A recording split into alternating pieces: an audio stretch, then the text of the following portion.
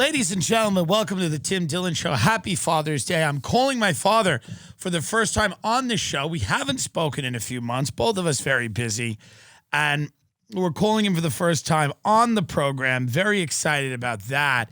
Do you call your father tomorrow? Yeah, I'll see my dad, actually. Does Hunter Biden call his father tomorrow? I bet he does. Hunter Biden is Joe Biden's son. He's the Roger Clinton, the wild brother, kind of the black sheep, the Neil Bush, as you would say, of the family. Reading an article now from the New York Post. It says Hunter Biden called Asians, quote, yellow in text exchange with cousin. But the text exchange is a little creepy. It's weird, yeah. And people are speculating. They're saying, is this human trafficking? This is the text exchange. And do we know who Hunter is? Is he the blue? He's the blue, I believe. So this is the text exchange. Somebody says, she's a legend. None of these women are except for Diva. D-E-V-A. Diva. But Nicola and Deva and Ella and Lucy and all no quality girls who, like I am, are distrusting and highly, highly wary of evil. I also have Denise, a German, 26. Somebody writes no to Lucy, I think. That's what Hunter writes. That's Hunter, yeah. Hunter writes no to Lucy. Somebody writes, okay, so fine. Do you want foreign or domestic? Hunter goes, and you have to make the pitch directly. This is Hunter. I can't give you a bleep in Asian. Sorry. I'm not doing it. Hunter goes, domesticated foreigner is fine. Then the person says, I'd give you Isabella, but she has kids. And an NBA ex-husband. And then Hunter Biden goes, no yellow. And somebody goes, Yasmina? And that's it. Do we know what this is? I mean, somebody might just be setting him up with an escort. It's speculative, but this is from Caroline Biden, his cousin. I don't know if it's human trafficking. It could be just an escort. It could be human trafficking. It could be. We don't know. And what is Caroline Biden is leaking this? I think this is all from Hunter's laptop. They're recovering all the text messages. Where is this laptop? I don't know. Where is it? I don't know. I mean, this guy, let's be very honest, is fun. I guess the Daily Mail has it. Looks like it.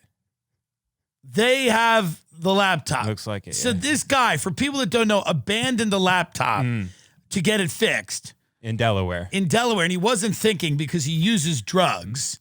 And everything is apparently on this laptop.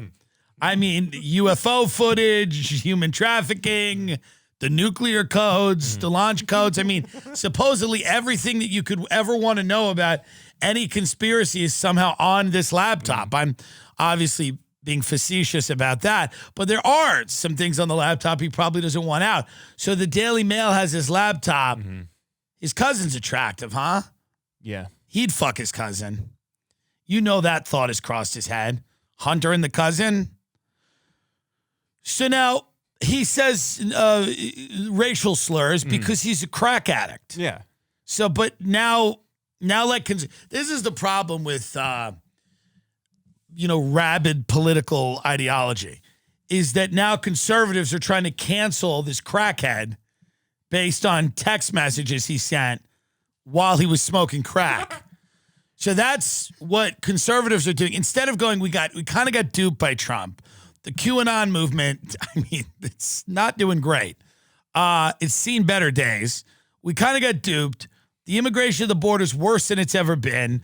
Online censorship is ratcheting up. We'll talk about that later. None of the goals were really accomplished during the Trump administration when you had a Republican Congress and Senate and whatever, quote unquote, whatever you want to call it, the cancel culture, the blah, blah, blah, on universities and in corporate America has seemingly gotten worse. That being said, Republicans, in order to fight that, have decided to find instances where Hunter Biden, the president's crackhead son, has used racial slurs. He called his white attorney the N-word. He called his white attorney the N-word. That's how conservatives are trying to get back in power, by proving that Hunter Biden, a crack addict, has said the N-word. We know he has. I mean, I'm more interested in what the fuck was going on in the text thread. I mean, maybe they're just setting him up with an escort. I'm all for that. But it's very interesting when he goes, you want foreign or domestic? That's cute. But it does sound interesting. And he goes, I'd give you Isabella, but she has kids. Well, I don't know. Why does that matter if it's her job? Right. Something's going on. What do you mean? I'd give you Isabella, but she has kids. And don't go QAnon like, oh, he's trying to make her disappear. I don't really think that's happening. I think what he's probably trying to do is he wants a chick, and maybe he has said, I don't want anyone with kids. Maybe he specified that. Like, I want an escort that doesn't have children. Although I don't feel like Hunter Biden is drawing that moral line in the sand, but I don't know. Maybe Hunter Biden is saying, hey, I can't get off if I know she's got kids at home and an NBA ex-husband. So that's another thing. You go, I could get, yeah, but I don't want, so he's a big deal. He's a little famous ex-NBA husband. So maybe you can't fuck around with her and hang out. She's got kids and an NBA. It could get real sticky. I think that's what the guy's telling him. This could be a sticky situation if I set you up with this chick. It's not going to be good. Your dad's trying to be the president or thinks he might be the president. So this is not good. So Hunter goes, no yellow. And it's racist. And he's also, I don't know. I don't know what's going on here. But I know that no one cares about any of this. And I don't really care about any of it either. I don't care what Hunter Biden, I mean, you could turn up anything about Hunter Biden. I would not be shocked. Like, there would be no story about Hunter Biden that at this point would currently throw me off my axis. Like, if you said, hey, so they found on Hunter Biden's laptop that Hunter Biden was actually the reason that Malaysian plane went down. It was him, and he parachuted out. I would go, what? They go, remember the Malaysian plane that that was Hunter Biden. There's a video of it on his laptop. He's parachuting out. And I go, oh, all right. Like, there's no huge, like, there's no, like, shock and awe. This is a crack addict. When someone is doing crack, you imagine they're going to be involved in hijinks. That's what he was involved in, some hijinks and some tomfoolery. You'd imagine that. He's smoking crack. How disappointing to be smoking crack and to not be getting escorts. And he should have the pick of the litter. What is so weird, the guy goes, I can't give you blank Asian. Sorry, I'm not doing it. And Hunter goes, you have to make the pitch direct. It's such a weird way to get an escort. It's such an odd way. When Hunter goes, you have to make the pitch directly, which I kind of understand. Hunter's like, listen, I don't want to pitch. You have to pitch this woman what I want before she's got to show up and know what the deal is.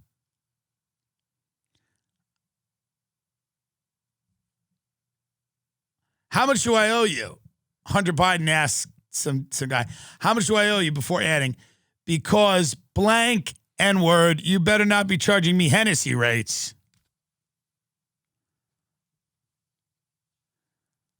I mean, Hunter.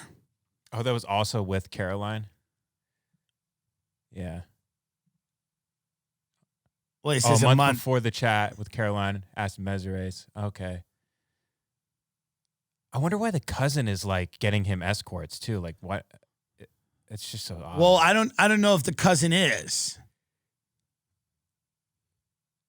I don't know what's going on.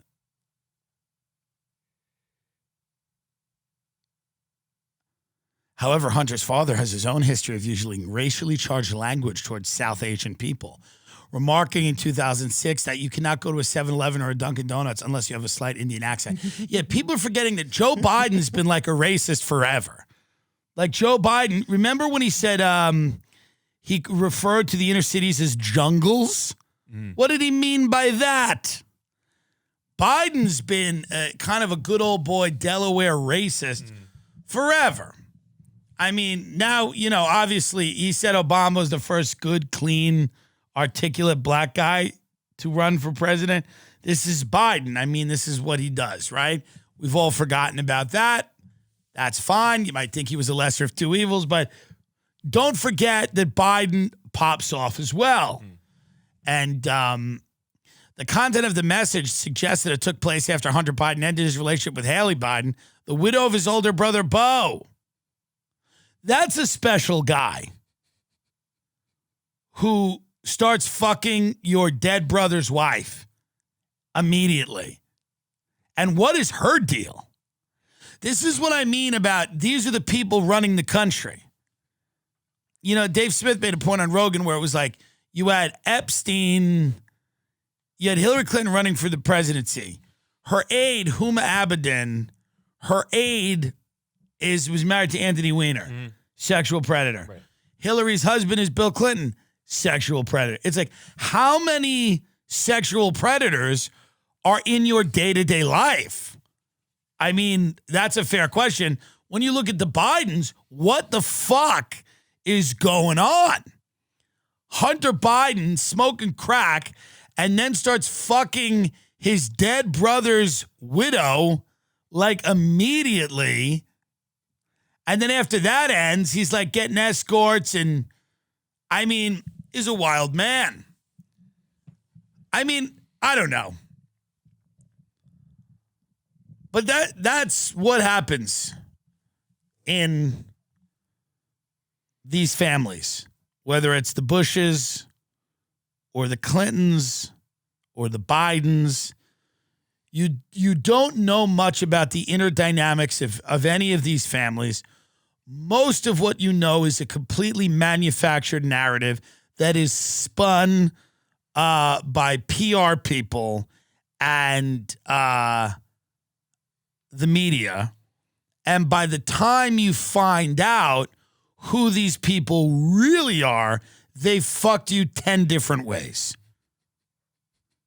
By the time you unearth the information that you should have had to make the decisions about whether they should get the job or not, you're in deep shit. It's true. By the time you figure out who George W. Bush really is, you're in 2 wars. You got 2 wars and you've lost all your civil liberties. That's what happens. This is another article I love. Hunter Biden's artwork is actually good and will be worth a lot. Well, drugs help. He's selling some pieces for $500,000. Of course he is. Yeah. Can you imagine the people walking around going, that's an original Hunter Biden? I get more and more Marxist every day on the show, and I make more and more money. Because what I'm starting to realize is that if you have the money to spend $500,000 on an original work of Hunter Biden, crackhead, and putting it up in your mansion, you maybe shouldn't have the money. It's true. Also, I mean, I put up a satirical thing on Instagram the other day. They take it down. Oh, yeah. We send it to our friend in VC. It's a joke. I said, I'm Osama bin Laden. I'm not dead. I'm getting to an energy drink, and we're entering the first round of fundraising, and it's called Bomb Energy. And, I did a lot of jokes. I said, and can we pull it up, you think? Let's read the email that Instagram took down, which is clearly satirical. And this is why I'm getting frustrated. Everyone hates the way I say that word. I say frustrated, but it's frustrated with capitalism, because you would think capitalism is all these badasses that go, fuck you, it makes money. Right. But what it really is a lot of people that are pussies, and they're rolling over because 10 people on Twitter get offended at something. And you have all these badasses, supposedly these cold, heartless capitalists. They're all rolling over and capitulating to, like, it used to be like this mob of weird evangelical soccer moms that would be like, we don't want Marilyn Manson performing in Pittsburgh. And now it's like fucking a few thousand people on Twitter that get angry about anything. And these billion-dollar corporations and these CEOs worth $100 million, they just roll the fuck over because they're terrified. Right over. Well, what the fuck's the point? I mean, at the end of the day, didn't Stalin just kill these people that had a problem? To the gulag. Maybe that's where I ideologically end up. Saying, well, you know what? Everyone gets to go to the gulag. Let's pull this email up that we sent to our friend who's a friend of ours. He's a young kid in VC. And we said, Dear Frederick, my name is Osama bin Laden. Many people think I am dead. That is not true. I'm alive and well, and I'm very excited about the energy drink space. We have come up with a caffeine-free, antioxidant-packed energy drink called Bomb Energy, which promotes overall health while stimulating the consumer in a sustainable and vital manner. We are beginning to raise capital and are hoping for a 9/11 launch date, which I had nothing to do with, by the way.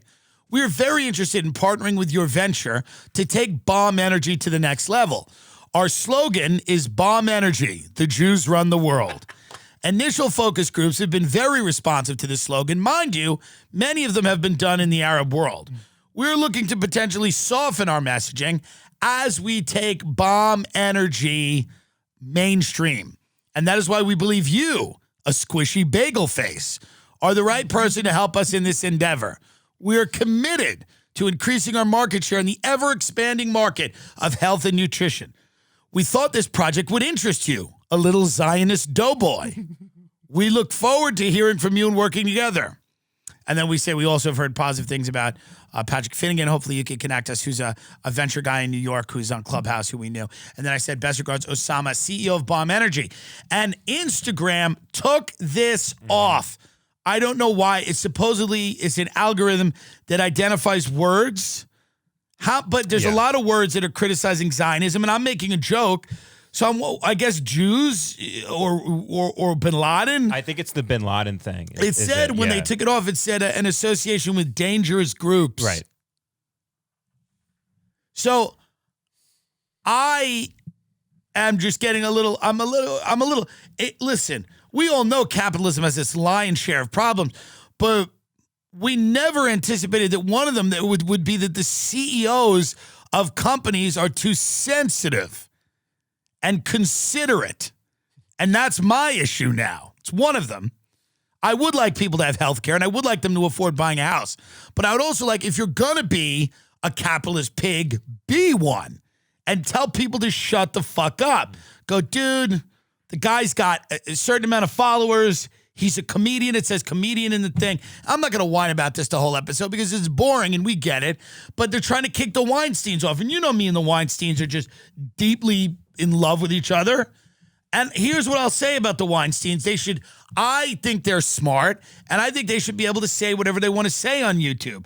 I don't care what they're talking about, whether it's the voting or the migration patterns of bees or whatever it is. It doesn't matter to me.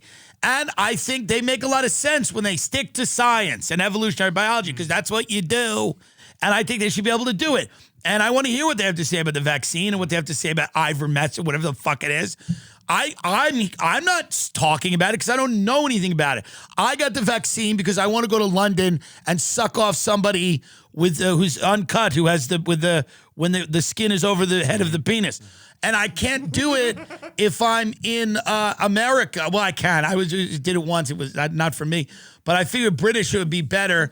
And then you could have the roast. They have the roast on Sundays with the peas that they mash up. It's not a great food country, but they have the Indians very good, the chicken tikka marsala. My point is this.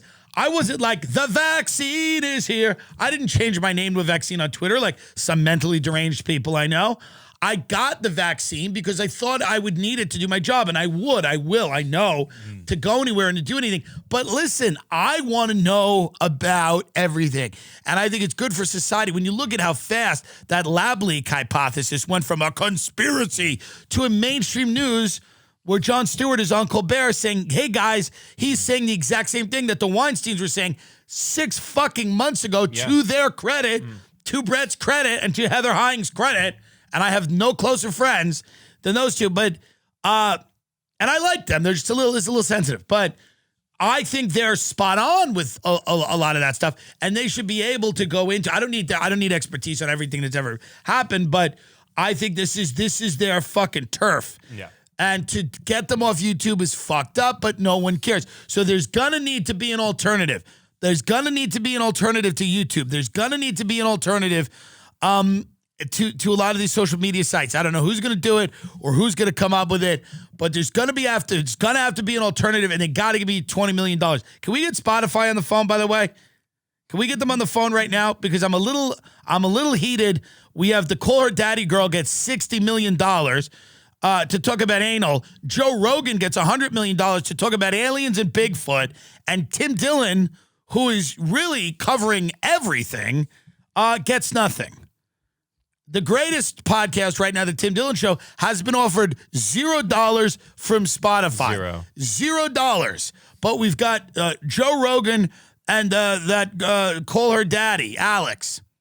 So what I'd like to do is I'd like to call Spotify, and I would like to request $20 million. And that's what the show is worth. Yes. When we've done the metrics. We got a lot of people listening here. So I would like to $20 million from Spotify. Is there no number we can call? No number now. Why can't we call? Because they don't have people working, and it's just an email that they get back to you like years later. This is absurd. I'm trying to see if I can find a foreign number to call. Call them in Sweden where that guy lives, the CEO. I think he lives in Switzerland or Sweden or something. Should we go there? Maybe we should just go there. I'm talking to an attractive guy from Holland. He's got blonde hair. He speaks funny. He sounds like a fish. This call is that. One in, is this Britain? Call is that. England? Okay. See if they answer that. Your phone, Tim? Call that. Right I've had enough of not getting what I want. But my point is that you shouldn't have the kind of disposable income where you, and who wants Hunter Biden's fucking artwork? That junkie. He's moved to LA. What does he paint? His dead brother's widow's puss? What is he painting? This is the article. Hunter Biden laying low in LA, starting art career with shady dealer. I got to be honest, it's hard not to like him. I'm trying not to like him. Can you dislike him? No. It's very difficult to dislike him. It's very difficult. He's in LA, where we'll be back there eventually in the fall. And maybe we'll get him on the show. And he's becoming an artist. Great. He's doing impressionist work. Let's see if we can get through to these people, because quite frankly, the number or code you have dialed is incorrect. Well, what is that? That's the Spotify general info number. Thanks. Fuck them. We're taking our show off Spotify, I think. Oh, really? I think we're going to do that. We have a lot of listeners on there. But yeah, but there are a lot of people. So I think that's the best thing to do. Okay. Because then maybe they'll give us a big offer, which they won't. But well, it seems like when the shows go to Spotify, they're not as big. Is that true? Yeah. I know one guy at Spotify, but he just quit. So we could call him, though. Who? Mike. Who is he? He's over at a different company now, but he was at Spotify. Can you call him? Yeah. Call him. I'll call him. Let me call him right now. I want $20 million. You find his email. What if I did a podcast with Hunter Biden? Can we call Spotify and tell them that we'll do a podcast with Hunter Biden called The Laptop, where we go through his laptop and we play videos of him painting all the women he's tortured? Can I see your phone? I think that's a good idea. We'll stop every now and then to read an ad for Blue Chew, and then we'll go back to going over all the red rooms that Hunter Biden has spent time in, you know, Eli Roth Hostel style, taking a fucking drill to some woman's eye. And we'll discuss that. It's an interesting life. He's an interesting guy. Okay, here's Mike. He should have a podcast.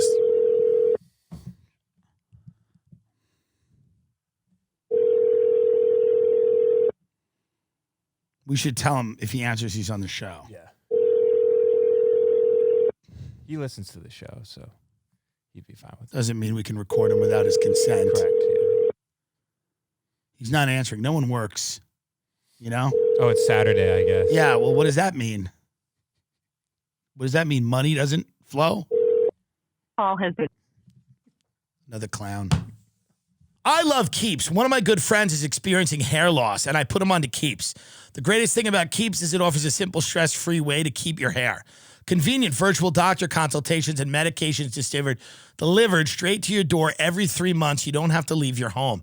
They're low cost, discreet packaging. They have more 5-star reviews than any of their competitors. Prevention is key.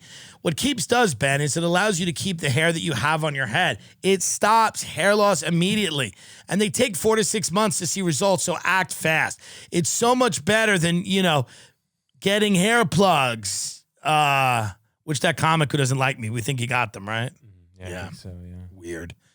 Also, any of these other things. You don't want to do those. No, you don't want to do that. You want to use Keeps. You keep the hair you have. If you're ready to take action and prevent hair loss, go to KEEPS.com/TimDillon. Receive your first month of treatment for free. That's KEEPS.com/TimDillon to get your first month free. KEEPS.com/TimDillon. I'm telling you, folks, you're going to need your hair. It's the summer of fun out there. You want to start preventing hair loss now so that you're not bald by the time you finally start to do well in life. 2 out of 3 men are going to experience hair loss by the time they're 35. 50 million men in the U.S., more, suffer from male pattern baldness. Only 2 FDA-approved medications that can prevent hair loss. Keeps offers both.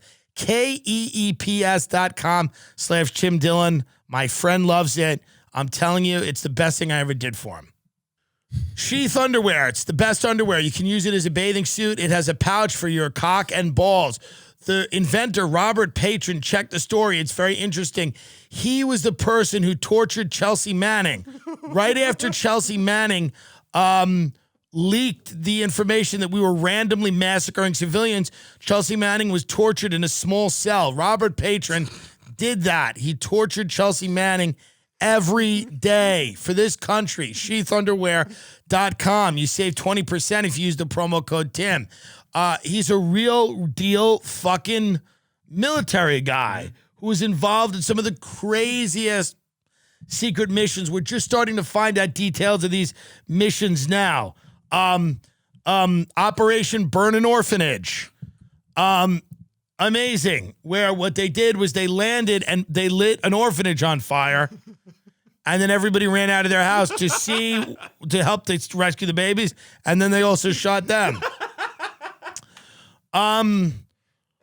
Operation Withhold Medicine from Sick Children, where your child would go to the doctor to get medicine, but instead Robert Patron would be there and he would put a gun in the doctor's mouth and say, don't give this kid medication until the parent tells us everything we need to know. So some of these incredibly vital missions that Robert Patron was, I'm proud to support sheathunderwear.com, SHEATH, sheathunderwear.com. A nice little pouch for your cock and balls, prevents chafing. It's great for the summer. Robert Patron is one of the reasons, truly one of the reasons that America does not recognize the legitimacy of the War Crimes Tribunal in The Hague, the International Criminal Court, because of Robert Patron's actions. And we're so proud of him. He's one of the reasons that the United States of America refuses to listen to any UN resolutions condemning degrading, inhuman, and cruel treatment of prisoners. Robert Patron. In Iraq, he made quite a name for himself. The butcher of Baghdad, some said. Okay? The raper of Riyadh, because he would go to Saudi Arabia and rape men and women. They're our ally. He just did that for fun. They call him the raper of Riyadh, the butcher of Baghdad, and he started an underwear company, sheathunderwear.com. Use promo code TIM to save 20%. Let's go to Victoria's Secret now. Victoria's Secret is getting rid of the angels, and they're replacing it with Megan Rapinoe, the lesbian soccer player, and who Dan Carney went once as her for Halloween, and he looks like her. But you can't do that now anymore. That'd be good. Upset about that probably. Victoria's Secret has signed Soccer World Cup winner Megan Rapinoe and actress Priyanka Chopra Jonas. Oh, she's married to Nick Jonas or one of the Jonases. Joe Jonas, maybe. Victoria's Secret has signed. Yeah, we just did that. The belaggard lingerie giant is relaunching and moving away from its traditionally rail-thin models by introducing the VS Collective with diverse leading icons and changemakers, including Jonas and Rapinoe, to shape the future of the brand. But don't expect to see White Tiger star Chopra and Rapinoe, who've been a preeminent voice in the fight for women's equal pay in the soccer world, posing in the firm's famously flimsy, barely there briefs. We are told they're both being hired as spokeswomen and will instead appear on a podcast and in marketing materials for the recovering brand. So Victoria's Secret is not doing well as a brand, supposedly. And they've decided that what they should do is get rid of the angels and the attractive women and bring in women that may be attractive but are different shapes. I don't care about this, really. I think with the availability of online porn, I don't know that straight men care that much about the Victoria's Secret angels, right? Right. It seems kind of a quaint it's and archaic, yeah. It seems like a quaint and cute idea, but if guys can go online and with the click of a finger see barely legal college girls choke down cocks and then take shots to the face, and then, you know, orgies and gangbangs and chicks getting waterboarded and strangled and people bleeding on each other and scat, BDSM, people getting tied up, choked out, punched, fingered in their eye, you know, people just, I mean, does anyone really, I think the war on the standard of beauty is, you know, not the direction I'd like to see the world go in. I think it's an unrealistic standard of beauty, but lots of things are unrealistic, right? None of us are going to have a house in the Hamptons or a Maybach, but do we now have to say that those things are not desirable? Of course, there's trade-offs to having those things. Maybe you have to work harder. Maybe you have to hollow yourself out. Maybe you'll never have real friends. Maybe you'll have to be skeptical of everyone around you, deeply paranoid. Maybe you have to arrange your emotions in the way that a serial killer would in order to move up the ladder in whatever organization that's paying you the type of money to have those things. I don't know. But to say that on their face, a beach house in the Hamptons or a Maybach is not a nice thing to have is ridiculous. And to say that a skinny body with big tits or a skinny body with a big dick is not nice to have, even though it's unrealistic for most people. The idea that as a standard, and not a standard that people have to attain, but as a standard to just look at and go, that's nice. You know, when you walk around a locker room and you see a guy, when I was a swimmer for years, and you see a guy with a big soft penis, which is rare. I mean a big soft penis. I don't mean like, oh, it's visible. I mean like it hangs and it just flows in the wind. That, when you go, even a heterosexual guy goes, yeah, that might be fun to have. And who knows? I don't know. Maybe there's downsides to that. I'm sure there are. Whatever, you know? Man spreading. I don't know. That being said, there's very few people that look at a penis like that and go, well, I don't want to give that a shot. And I don't mean you don't have to suck it, but I mean like having it. Most people look at a penis like, when a woman sees another woman who's thin and has big tits, perky tits, you go, I would like to take that for a spin for a week. Go, you know what? I'd like to look like that for a little bit. Let's see what it's like. It's the truth. And truth now is inconvenient, Al Gore, but it troubles people when you say things that are true.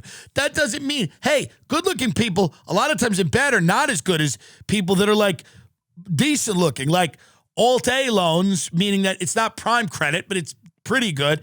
They fuck better usually than people that are insanely good looking, because insanely good looking people a lot of times are just, they're not really givers or thinking about themselves, and they're not there, and there's nothing going on in their head and whatever. They're not passionate people.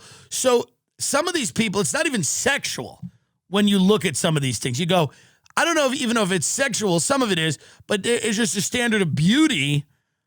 I always looked at models and I was like, they're not always sexual, but there's a beauty to them. And that doesn't mean that fat people can't be beautiful, and people with the scars can't be beautiful, and people in wheelchairs can't be beautiful.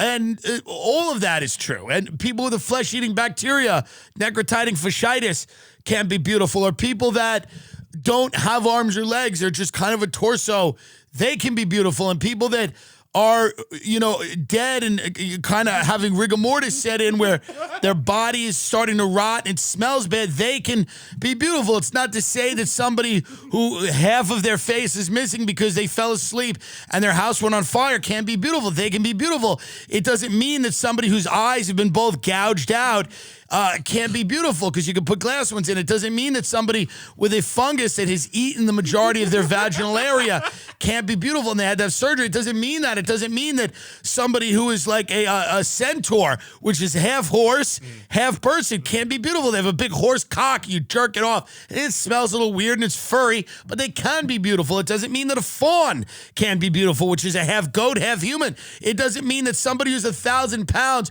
can be beautiful and that has a little bit of a rash on the innards of their anus that has turned into this, pus-filled things that are very, very big and they explode every time they take a shit. It doesn't mean they can't be beautiful. It doesn't mean somebody with the type of psoriasis that it's almost like a dinosaur's skin. The scales and they flake off and they're so rough that they can actually cut your skin if you touch them. It doesn't mean they can't be beautiful. What it means is that there's a little bit of a standard that's widely recognized as a nice looking. That's all. We saw a gentleman today at brunch who was not white, which is nice, was Hispanic and had shaggy hair. It was a very nice, you go, that's a good looking person. That's a good looking person. If that person was 600 or 700 pounds bigger than they are now, it might hurt the look. It may not. I don't know. But they weren't thin. That guy was not thin, right? He was like lean. He was lean. There was no six pack. Right. But there was a leanness to him. But I mean, what I'm saying is that beauty is in the eye of the beholder. That's my point. And I hope Victoria's Secret figures it out.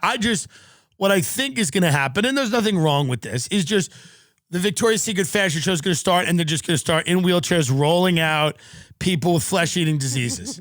And that's okay. I'm for that. I don't care. I'm for that. This affects me not at all. It affects Hunter Biden.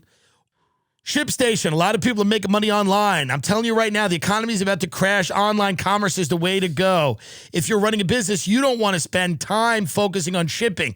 That's why no matter what you're selling, Amazon, Etsy, your own website, ShipStation funnels all your orders into one simple interface so you can manage from anywhere, even your cell phone. We use ShipStation and we love it. It's easy. They work with all the major carriers, UPS, FedEx, USPS, easily compare carriers and choose the best solution every time. If you have an online business, ShipStation small businesses can access the same rates usually reserved for Fortune 500 companies without the contracts or commitments. Ship more in less time. Just use my offer code TIMDILLON, TIMDILLON, to get a 60-day free trial.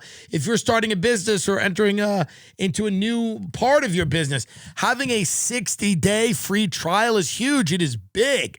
2 months free. It's just profit, baby. No hassle, stress-free shipping. Go to ShipStation.com. Click on the microphone at the top of the page and type in Tim Dillon, TIMDILLON. That's ShipStation.com.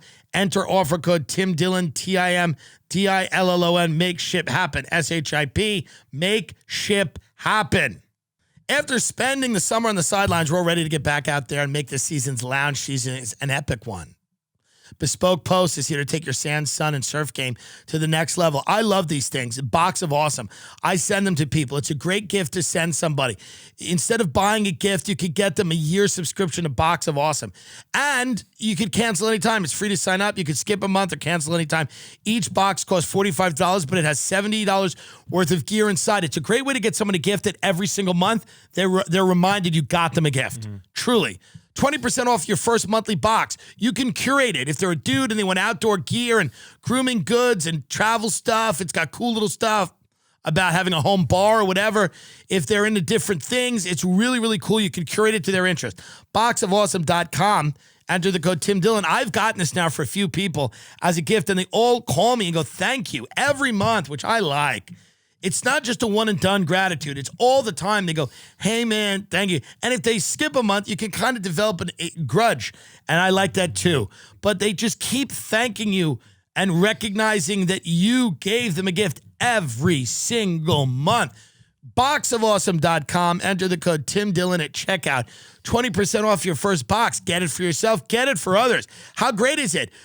45 and you do that for the whole year, it's nothing, and you gift somebody the whole year. It's great. If your son or daughter is going off to college, this is amazing to do for them, okay? If somebody you know is moving away, you go, hey, we've curated this cool box you're going to get in the mail every month. It's great for somebody with a new house, new apartment, going to school. It's amazing. 20% off your first monthly box. All these things sponsor the Tim Dillon Show. We appreciate that, so helping them helps us. Go to Tim Dillon and check out 20% off your first box. Boxofawesome.com.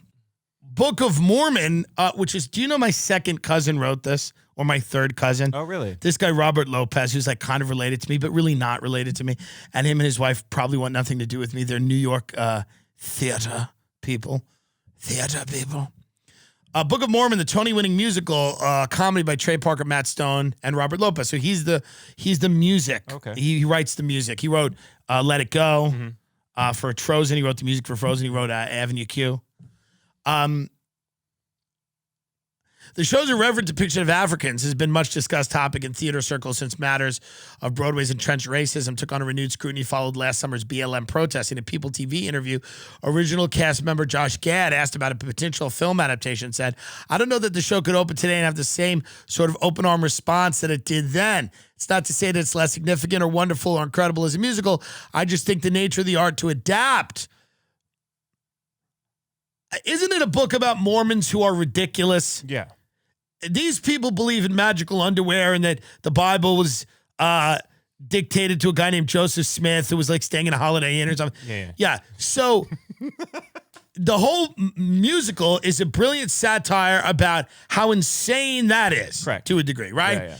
And I guess they also, they're slightly tone deaf when it comes to Africans because it's satirizing Mormons. Correct. Who are probably racist. Yeah. Right. Yeah. That's the whole point, right? The whole point is for you to go, look how ridiculous. Right. Look how absurd. Not, well, they got a point. Right. But that's the fear. The fear is that people go there and they sit down in a Broadway theater in the middle of Manhattan and go, yep, they're right.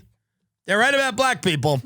They're wrong about everything else they believe about magical underwear and Joseph Smith, who was like some drunk who came up with some dumb, like they're wrong about all that. And the temple, you have to go, yeah, they're wrong about all that. But so it's absurd to me. This was the most successful Broadway show in other than Hamilton in like history. Book of Mormon was so incredibly successful. Nobody was upset at Book of Mormon. It was widely understood that this was a parody of people that believed absurd things. Okay? And now people are going, we have to adapt. Correct. We have to change it. It's interesting when you look at Trey Parker and Matt Stone, who are probably the most brilliant satirists of our time and political social commentary. Nobody really does it better. And people going, let's change it. Let's take a step back and let's change it. And I don't know. It just seems like it's never ending. And then In the Heights comes out. Lin-Manuel Miranda. People go, well, it's colorism. The Latin people are not Afro-Latino. I don't know. Listen, you know, at the end of the day, it's like, it's a great quote. We're letting the perfect become the enemy of the good. If it is good to have more representation, which I think it is, it's clearly good, as long as it's based on talent, right? And merit and finding people that are really good at what they do and not softening the entire space to where you're elevating mediocre people based solely on, box checking. But if you have people that are super talented, which in many cases they do, this is a great positive thing.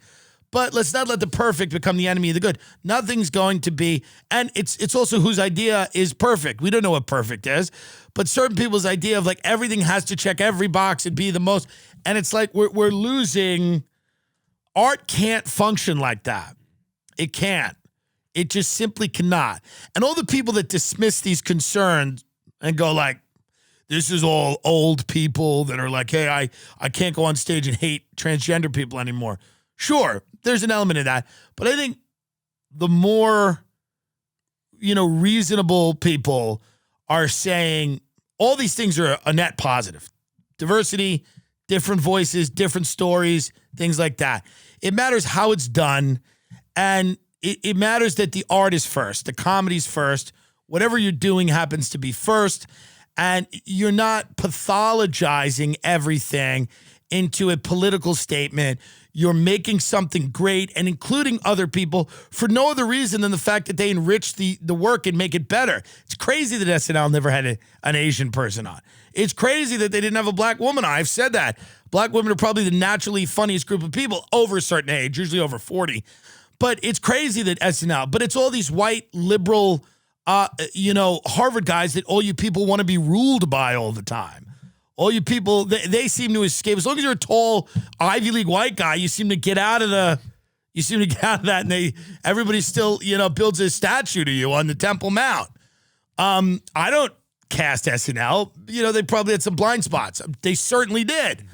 But, we've taken it to a level here where it's, where it's getting absurd. If every single story just has to have the most marginalized people truly are dead people, right? They're not alive. They don't have the privilege of even drawing breath. So if we take this to its logical conclusion, we're all necrophiliacs.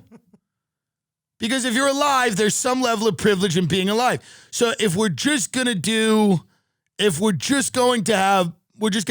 have to put a bunch of corpses in a room and call it the Christmas Story. If that's what we're really gonna do. Because now people are like, well, you're ableist, you can walk. You're neurotypical, you're not autistic. You're cisgendered, so you're the gender that you were born as. You're straight, you're not queer. You're, so again, we're going down the line here, and it just seems a little ridiculous. And we all know that. And there's really no way out of it, per se. So that's why there'll probably be some type of, there's a split happening, and it's pretty big. The people that are on TV right now that have their own shows have far less followers on Twitter and Instagram than I do, and other people that are online. One of the reasons for that is the eyeballs are leaving TV and they're going to the internet. How do people try to colonize the internet? What a word, colonize. We don't know, but it's coming. It's coming, and you see the split. And the people that are on one side of the split are in a fit of rage. I don't care. I can enjoy shows like Hacks on HBO and say they're fun shows. But a lot of the same people in that part of the entertainment business are somehow angry that there's people online that have money and that have a following. And the people in the media that work for major corporations and networks are angry that there are people that are on Substack writing and having a following. So you see a theme here. You see this decentralization happening, and a lot of people are not happy about it. There's a lot of people that are angry about it, and they're going to do something. They keep trying to do something. The problem is the money is with us for the moment. The people want the content. We have the freedom right now, and it's making money because it resonates with people, because we can do within reason, what we want to do. And we hope it stays like that. But if not, I will, with Hunter Biden, start a podcast, and it will be great. Bill Maher, he's a lot of great takes. It's just too much of a get off my lawn energy. Like, a lot of his takes are good. It's just couched in and again, it's my same thing. It's like him, Kimmel, Fallon, Colbert, just go. Yeah. Just go. You've been around for too long. You did it. You had it. We have the same. These networks are terrified of replacing these people. They tried it with Lily Singh. It bombed. They're terrified. They're terrified of what the new late night shows will look like because of everything I just mentioned. But give me one. Give Shane Gillis one. Give Nick Mullen one. Wouldn't it be great? Wouldn't it be great? You want to see that guy, that writer, Seth Simons? You want to see his head melt? I get a late night show. Shane Gillis gets one, and Nick Mullen gets one. You want to see like just heads? His head just completely melts. But we're on tour. Caroline sold out 5 shows within a few hours. We're really excited about that. We've got other dates too. We've got so many. The merch is over Sunday at midnight. So today, when this comes out, you've got one more day for fake business, for the pink, the yellow, any of the fake business merch. Also the Tim Dillon Show t-shirts, hoodies, the flash drive. This is sold out. It's $20 for the flash drive. That was a little excessive. The fake business thermos, the fake business white hat, the fake business notebook is sold out, and also that other thing sold out. Okay, well, they're all sold out except for the shirts, the real good stuff, the hats. Get it. I'm telling you right now, it's great for the fall. Yeah. I know it's party summer, but the fall is coming, folks. That's a killer summer shirt. But the fall is coming, and Hunter Biden's going to pick up that rock again, and he's going to make some great art. Where do you want to be when you hear Hunter Biden crash his car on the middle of Melrose? I want to be sitting in my fake business hoodie in the fall. Where do you want to be when Hunter Biden ODs? I mean, dude, do you think Biden, they've hired your Secret Service to like camp out outside of his house? Look at that coffee brown Tim Dillon Show hoodie. I like that one a lot. Does it get better than that? What do you have planned for Katie's parents? We're going to go golfing tomorrow. Oh, nice. And did you tell them you're leaving? Yeah, eventually? They know. And what did they say? They said, we know Ben's worked very hard and we understand. What's great about these Texas families, this is what I've learned about Texas people. I'm gonna give some compliments now. Because, and by the way, I'm never shitting on Texas. I'm shitting on Austin, which I like Texas a lot. I like Dallas. I like people with big hair and really cool pools and hot days and that kind of like, you know, that busboy today was like Latin, but not. That's the whole thing. Now, and I don't mean but not like if, you know, I'm saying it's not, mixing is nice. Right. Everybody likes it. Right. Everybody likes it. Oh, the mashed potatoes and the gravy. The point is, what I'm saying is that these Texas families stay out of your fucking business. They stay the fuck out. Long Island people are loud, obnoxious, nosy, just in your fucking business, in your life. Your name is in their mouth all the time. These Texas families, just by seeing Ben's family and Katie's family, they are just stoic ranch people. And it is so important. They just let their kids live their lives. They respect them. They go, we raise good kids. They're going to go out and live their lives. We are independent. Don't you feel that? Yeah, they're like, just be independent. That's great. That is a fucking Texas. Long Island is just this thing where they go, we want to control you and we want to give you our opinion all the time. And it's just fucked. And I really appreciate this Texas, you know, freedom. It's about freedom. Yeah. Your aunt will call you and talk you out of decisions you haven't even made. Yeah. She'll be like, hey, if you're thinking about it, don't do this. But in fairness, I will do that to others. Yeah. But I'm right. I have that Long Island thing too, where I will call people and tell them what to do and how to live. But I'm correct. I guess she thinks she's right. That's the problem. But she's not. But I am. Denver Comedy Works. Try to get tickets. We're trying to open them up at full cap the 23rd through the 27th. This is the only time I'm going to be in Denver for a while. We're trying to open this club up. Try to get tickets. Keep trying because every day they're adding more tickets. Raleigh, North Carolina, the 8th through the 10th. New York City, Caroline sold out. 15th through the 17th. Boston, Massachusetts, Wilbur Theater. There are some tickets left. July 21st through the 23rd. Foxwoods Casino in Connecticut. There are tickets left on the 24th, a few of them. Irvine, we're adding shows. Keep checking. Even if you heard or saw that one of them is sold out, capacity is constantly being updated. Tickets are constantly being added. Irvine, California, the 29th through the 31st. San Diego, California, the 12th through the 14th. American Comedy Co. Las Vegas, that's a music festival. So if you're there at the festival, you want to buy a ticket to that, I'm doing an hour there. Why is that on there twice? Because you're also doing I think you're doing 2 shows. You're doing House of Blues, and then you're doing this as well. Am I? I think so. I thought it was one show. We'll have to figure that out. We'll call our agent. He's probably at brunch. He's at Torrey Pines right now. Oh, yeah? What, watching the U.S. Open? Yeah. You're so jealous.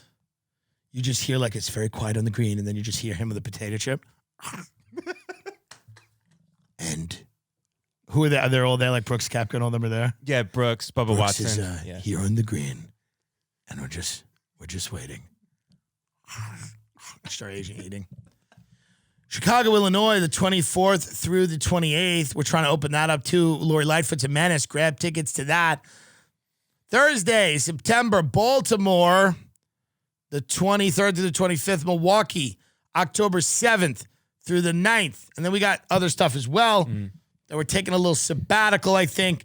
And then we're going to start our move back to what is California called? The Sunshine The Golden State? The Golden State. Yeah. And then Caroline's, did it sell out completely? I believe Caroline just sold out completely. Also, I'll be at Joe Rogan's Comedy Extravaganza, the club in Austin, Joe Rogan's Comedy Hut. It is me. The lineup is sick. It's me, Brody Stevens, Gary Shandling, Joan Rivers. It is an insane, and Bob Schimmel. So it's Robert Schimmel, Gary Shandling, Joan Rivers, Brody Stevens, and Tim Dillon at Joe Rogan's Comedy Hut in Austin. Now I have not spoken to my father in almost 3 months. So for Father's Day, I thought it'd be very nice to call my father on the show. Let's give him a ring, and we'll see what happens. Not spoken to my dad in 2 months. It's almost 3. Hey, Slut. Oh, Hi. my God. You caught me at the weirdest time. Oh, my God. My slave is here, and he's like, flip the script, and he's being dominatrix. It's insane. Hold on 1 second. Oh, my God. He wants me to sit on this NutriBullet. Oh, my God. Yes. Hi, Yes. Hi, Dad. Happy Father's Day.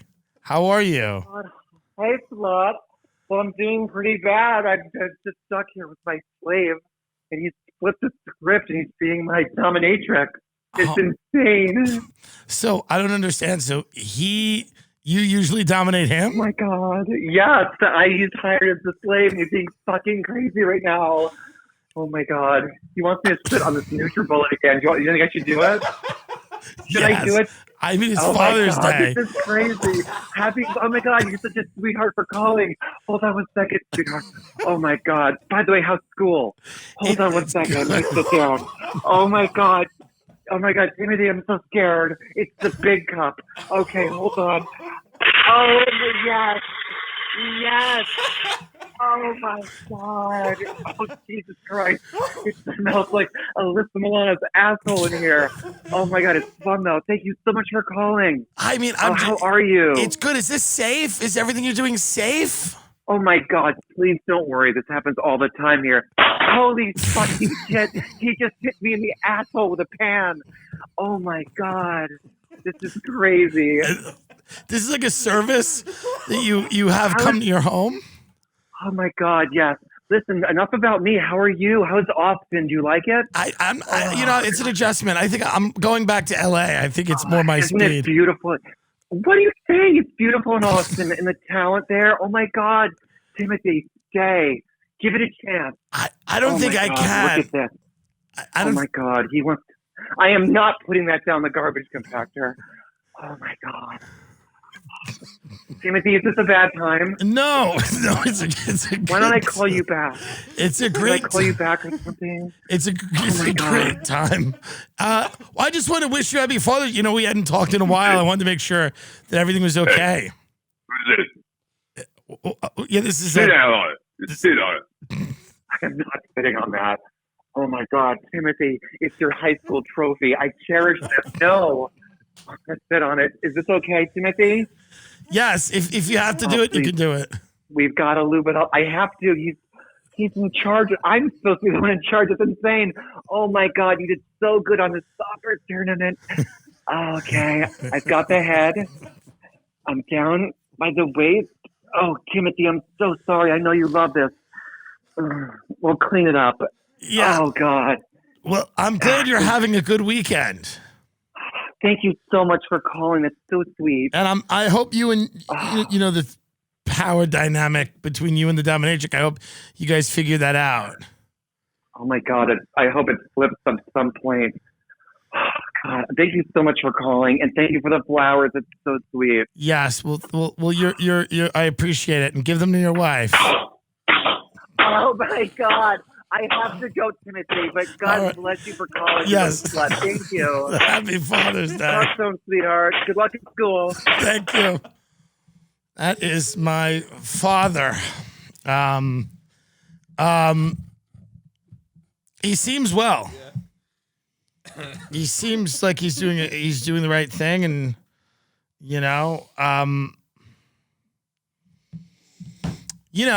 hey, just happy that he's doing well. Yeah, he seems good.